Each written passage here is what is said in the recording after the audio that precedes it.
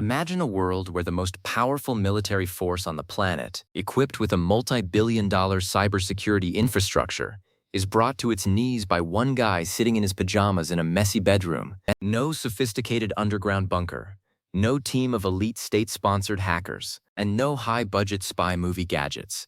Just a dial-up connection, a cheap computer, and a relentless curiosity that would eventually lead to what many call the biggest military hack of all time. We are talking about a breach so massive that it shut down critical systems at NASA and the Pentagon, leaving the smartest minds in national security wondering how a lone individual managed to slip through their fingers like a digital ghost. Today, we are deep diving into the story of the man who bypassed the firewalls of the world's most secure networks, not because he wanted to start a war, but because he was looking for something the government claimed didn't exist. This is the story of how logic, patience, and a few clever lines of code can dismantle the illusion of absolute security. The year was 2001. The internet was still a frontier, a wild west of open ports and primitive security protocols. While the world was transitioning into the digital age, the United States government was busy building what they believed to be an unassailable digital fortress. They had layers of encryption, complex passwords, and monitoring systems designed to catch any intrusion. But every fortress has a crack in the foundation, and for the US military, that crack was a guy named Gary. Gary wasn't your typical criminal. He wasn't looking for credit card numbers, and he wasn't interested in personal gain. He was a systems administrator who had become obsessed with a very specific topic: unidentified aerial phenomena. He was convinced that the government was hiding advanced technology, and he figured the best place to find the truth was in their own private servers. To understand how he did it, we need to talk about the technical environment of the early 2000s. Back then, many system administrators were, let's just say, a bit lax with their security. Gary realized that he didn't need a fancy exploit or a zero-day vulnerability to get inside. He used a remarkably simple technique called searching for blank passwords. He wrote a small script in Perl that would scan thousands of IP addresses belonging to the military. The script wasn't looking for complex backdoors. It was just knocking on the front door to see if it was unlocked. And the terrifying reality was that hundreds of them were. In the world of enterprise networking, people often set up administrator accounts and leave the password field empty during setup, intending to change it later. But later often never comes. Gary found that he could gain administrative access to top-tier military computers simply by typing admin and hitting the enter key. Once Gary was inside the network, he didn't just sit there. He started exploring. He moved laterally through the systems using a tool called Remotely Anywhere. This was a piece of legitimate software used by IT professionals to manage computers from a distance. By installing this on the target machines, Gary could see exactly what the legitimate users were seeing. He was effectively a ghost in the machine, watching over the shoulders of military officers and NASA scientists as they went about their daily work. He spent months lurking in these networks, downloading documents, and searching for the evidence he craved. He wasn't just a hacker, he was a digital archaeologist, digging through the layers of the most secretive organizations on Earth. One of the most incredible claims Gary made involved a department at NASA's Johnson Space Center. He claimed to have found a folder titled DISL, Non-Terrestrial Officers. Inside, there were lists of names and ranks that didn't correspond to any known military branch. He also claimed to have seen high-resolution satellite imagery processed in a way that smoothed out the artifacts of airbrushed objects. According to Gary, he watched a live stream of a massive, cigar-shaped object floating in space, which was being digitally edited out of the official public record in real time. Whether you believe these claims or not, the technical achievement of being in a position to see them is what truly matters. He had bypassed the security of the same people who managed the global satellite network and the nation's nuclear deterrent. But as Gary got deeper into the network, he became more daring. He didn't just watch. He began to leave marks. He would leave messages on the computer desktops of high-ranking officials. One of his favorite things to do was to leave a note saying, "Your security is trash." It was a bold, almost arrogant move that eventually led to his undoing. He was essentially poking a sleeping giant. The military began to notice that things were missing, that settings were being changed, and that someone was wandering through their classified files like they owned the place. The hunt was on. The FBI and the Naval Criminal Investigative Service started tracking his digital footprint, tracing the hop points he had used to mask his location. Tracing a hacker in 2001 was a much different task than it is today. Gary used a technique called pre-chaining, where he would route his connection through several different computers in different countries. This makes it incredibly difficult for investigators because they have to get cooperation from ISPs and governments in multiple jurisdictions. Every jump in the chain adds a layer of complexity and time to the investigation. However, Gary made a crucial mistake. He was so comfortable in the network that he stayed connected for long periods from his own home IP address. Even a ghost leaves a trail if they stay in one place long enough. The investigators eventually traced the connection back to a flat in London. On a rainy morning in 2002, Gary's world came crashing down. The authorities knocked on his door, not with a digital warrant, but with physical handcuffs. The charge? The biggest military hack in history. The US government claimed that Gary had caused over $700,000 in damages. They alleged that he had deleted critical files, rendered an entire network of 2,000 computers in Washington, D.C. unusable for 3 days, and disrupted the naval fleet's operations in the Atlantic. For the military, Gary wasn't just a curious researcher. He was a threat to national security who had exposed the fragility of their entire digital infrastructure. Now let's talk about the technical fallout. This breach was a wake-up call for the entire world. It proved that the perimeter defense model of security was a failure. You couldn't just build a big wall and assume everything inside was safe. If one person got inside, they could do whatever they wanted. This led to the development of what we now call zero-trust architecture. In a zero-trust environment, the network is segmented. Just because you are inside the office doesn't mean you have access to the server room. Every interaction, every file request, and every login is verified, no matter where it comes from. Gary's actions essentially forced the US government to rebuild their security from the ground up. The legal battle that followed was just as intense as the hack itself. The US wanted to extradite Gary from the UK to face trial in America. They threatened him with decades of prison time. For 10 years, Gary fought the extradition, becoming a symbol for the hacker community. His lawyers argued that he had Asperger's syndrome and that his actions were driven by an obsessive fixation, not malicious intent.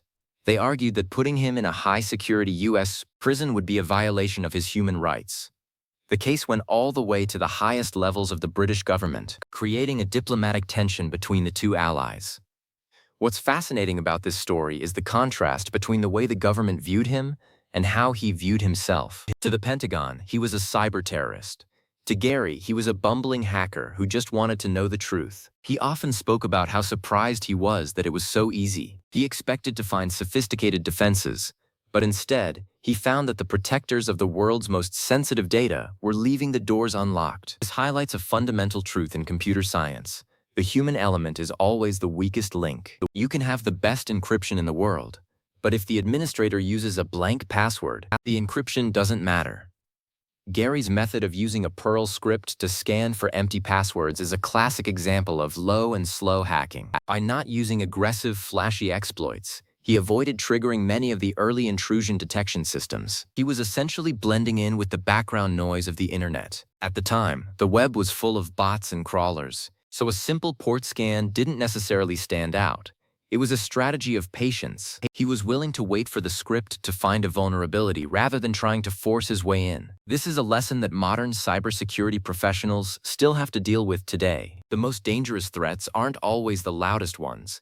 They are the ones that take their time. During the decade-long legal battle, Gary became a bit of a folk hero in the tech world. People saw him as a modern-day Robin Hood of information. While he wasn't stealing money, he was trying to steal the truth from a secretive government. Supporters wore shirts with his name on them and organized protests outside the courtrooms. The case sparked a global conversation about the ethics of hacking and whether a person's mental health should be considered when they commit a digital crime. It also raised questions about international law and how a person should be punished for a crime committed in one country against the digital infrastructure of another. Eventually, in 2012, the British Home Secretary at the time made a historic decision to block Gary's extradition. She cited his health and the high risk of him taking his own life if he were sent to a foreign prison. It was a massive victory for Gary, and a rare moment where a lone individual stood up to the full might of the US justice system and won. The US was furious, but the legal path was exhausted. Gary was a free man, though he would never be allowed to travel to the United States or use a computer in the same way again. But what did he actually find? That remains the biggest mystery. Gary has always maintained that the non-terrestrial officers list and the images of alien craft were real. NASA, of course, denies this entirely. They state that the images he saw were likely just artifacts of normal satellite processing or part of a regular training exercise. Without the physical hard drives or a public release of the data he allegedly saw, we only have his word. But in the world of computer knowledge, the what is often less interesting than the how. Gary proved that the most secure networks on the planet were vulnerable to a simple, logical attack. Think about the sheer scale of the disruption he caused. By shutting down the 2,000 computers in the Washington district, he effectively paralyzed a significant portion of the military's administrative capability. This wasn't just about deleting emails. It was about the logistics of running an army. In a modern military, everything from payroll to troop movements is handled digitally. If the network goes down, the organization stops. Gary showed that a single person could achieve the same results as a physical blockade or a massive strike just by using a keyboard. The technical community often debates whether Gary deserves the title of master hacker. Some argue that because he used such simple methods, he wasn't particularly skilled. They say he got lucky because the security was so bad. Others argue that his skill lay in his observation and his ability to navigate complex, foreign networks once he was inside. To stay undetected for nearly a year in the Pentagon's network requires a specific kind of digital tradecraft. He had to understand how to move without tripping alarms, how to hide his processes, and how to maintain access even when the systems were rebooted. That takes more than just luck. It takes an deep understanding of how enterprise systems function. His story also highlights the importance of lateral movement in hacking. Most people think of a hack as a single event. You break in and you're done. But real-world hacking is about exploration. You start with a small, insignificant account, maybe a printer or a guest workstation. Then, you use that foothold to gather credentials for a more powerful account. You keep moving from machine to machine, collecting more data and more power until you reach the heart of the system. Gary was a master of this digital chess game.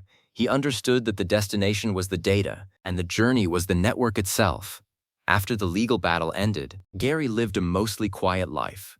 He hasn't used his skills for anything illegal since, and he has often spoken to the media about the importance of security. He doesn't see himself as a hero, but more as a person who was looking for answers and got caught in a system he didn't fully understand. His story remains a cautionary tale for every IT professional. It's a reminder that the basics matter.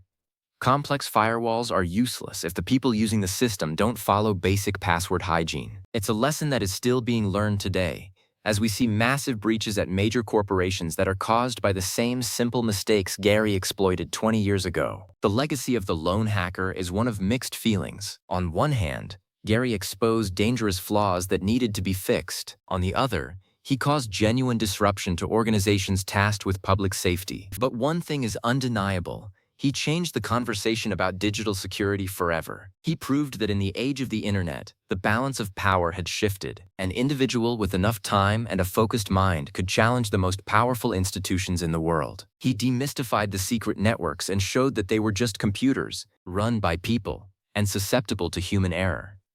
In the years since his case, the world of hacking has become much darker. We now face ransomware gangs, state-sponsored cyber warfare units, and sophisticated AI-driven attacks. Compared to the modern landscape, Gary's hack seems almost innocent. He wasn't trying to extort money or influence an election. He was a curious guy looking for UFOs. But the principles he used are the same ones used by modern attackers. The admin password might have evolved into more complex phishing schemes, but the goal is the same. Find the unlocked door and walk through it. So what can we learn from the guy who took down the Pentagon from his bedroom? First, we learn that security is a process, not a product. You can't just buy security and forget about it. It requires constant vigilance, updates, and training. Second, we learn that transparency is the best defense. If the government had been more open about its data and its programs, Gary might never have felt the need to go looking for himself. And third, we learn that the digital world is a place where a single person can have an outsized impact. For better or worse, the internet is the ultimate equalizer. As we look at our own digital lives, Gary's story serves as a reminder to check our own AP front doors. Are you using different passwords for your accounts? Do you have two-factor authentication enabled? Are you sharing too much information that could be used by someone looking for a way in? We might not be the Pentagon, but in the eyes of a hacker, every target is worth exploring if the door is left open. The era of the blank password might be over, but the era of the human mistake is still very much alive. Gary's journey from a quiet bedroom in London to the center of a global geopolitical storm is a fascinating chapter in the history of technology. It's a story about the power of curiosity, the fragility of our systems, and the complex relationship between security and the truth. Whether you see him as a criminal or a hero, Gary's impact on the world of computer knowledge is permanent. He forced us to look at our screens differently, to realize that the digital world is a vast, interconnected landscape where one person's curiosity can change everything. When we talk about the most secure networks in the world today, we have to acknowledge that they are one-for secure because of Gary. They are more secure because someone showed them exactly how they were failing. The patches were applied, the passwords were changed, and the zero-trust models were implemented. In a weird way, the hacker who took down the government ended up being the catalyst for making it stronger. That is the irony of cybersecurity. Every breach is a lesson, and every attacker is an unwitting teacher. Gary may have been looking for aliens, but he ended up teaching the world a much more important lesson about the reality of our digital lives. And that is where the story of Gary leaves us. It leaves us in a world where we are constantly trying to stay one step ahead of the next curious individual with a script and a dream. It leaves us with the understanding that no matter how many billions of dollars we spend on defense, the most important thing we can do is pay attention to the basics. The fortress is only as strong as its weakest password, and the ghost in the machine is always waiting for someone to forget to lock the door. Gary might have been alone, but his actions echoed across the globe, reminding us all that in the digital age, a single voice and a single script can be heard from anywhere. Look around your own setup today. Think about how many devices you have connected to the web. Every smart bulb, every laptop, and every phone is a potential entry point for someone like Gary. We live in a world of incredible connectivity, and that brings incredible responsibility. Gary's story isn't just a history lesson, it's a blueprint for the future. It's a reminder that as we build more complex and powerful systems, we have to keep them grounded in the fundamentals of security. We have to be as relentless in our defense as Gary was in his exploration. In the end, the story of the lone hacker who took on the US government is a human story. It's about a man who wanted to know what was out there, who used the tools at his disposal to find out, and who faced the consequences with a calm determination. It's a story that challenges us to think about the nature of secrecy, the value of information, and the power of the individual. In the grand scheme of computer history, Gary was just one user on a vast network. But for a few months in 2001, he was the most powerful user in the world. And he did it all without even leaving his chair. That is the true power of computer knowledge, and it's a power that each of us carries every time we log on. Stay curious, stay secure, and always remember to check your passwords, because you never know who might be knocking on the door.